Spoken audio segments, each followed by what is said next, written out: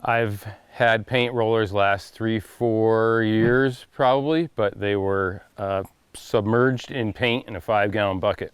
That's a technique that you can use. It's a little messy getting it back out and back on the cage, so it's not a real popular method, but they can last years in there as long as they stay under stay submerged and aren't sticking out. But the typical method that I use is just putting them in a 1-gallon Ziploc bag at the end of the day, and then you can come back the next day and just reload it onto your cage easily, and then getting it into the bag and knocked off the cage at the end of the day.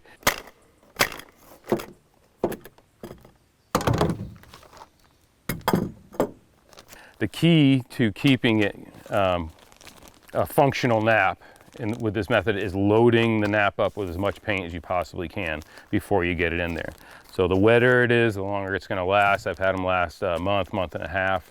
I've also had them go bad in a week and a half, 2 weeks. So because there wasn't enough paint on them when they went in the bag, or there was a hole in the bag, and that'll create a dry spot. You can clean them. Some people like to just wash them out to reuse them, but and using a 5-in-1 that has a curved section in it, and you get it wet and you scrape out the painty water and you repeat that process. It takes a long time to get enough paint out of this so that you could reuse it. Also, you're damaging the nap every time you do this, and they end up leaving behind little fuzz balls in your paint when you abuse it with your 5-in-1 trying to clean it out.